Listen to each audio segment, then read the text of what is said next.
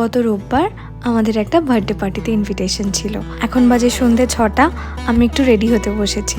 তো যথারীতি আমি একটা শাড়ি পরছি, আর শাড়িটা নতুন, তোমরা বুঝতেই পারলে ব্লাউজ পিসটা তোমাদের সামনেই ছিঁড়লাম। এই শাড়িটা আমার কেনা শ্রীনিকেতন থেকে।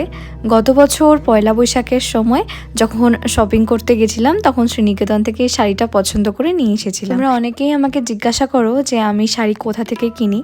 তো আমার শ্রীনিকেতন খুব পছন্দের একটা শাড়ি কেনার জায়গা। আর তার বাদে প্রিয়গোপাল বিষয়ী, এখান থেকে আমি আমার বেশিরভাগ শাড়ি কিনি।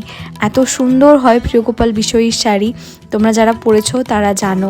খুব অথেন্টিক, খুব ইউনিক, খুব কোয়ালিটিফুল। এই শাড়িটা কটনের, আর এই শাড়িটার প্রাইস নিয়েছিল 800 সামথিং। এতটাই ভালো, এতটাই কমফোর্টেবল ছিল। আমি এটার সাথে খুব নর্মাল জুয়েলারি পরেছি। তবে এখন প্রচণ্ড ডাউটে আছি আমি বড় টিপ পরবো না ছোট টিপ। বড় টিপ আমি এর আগে কখনো পরিনি, সাহস করে একটা পাতা কিনি।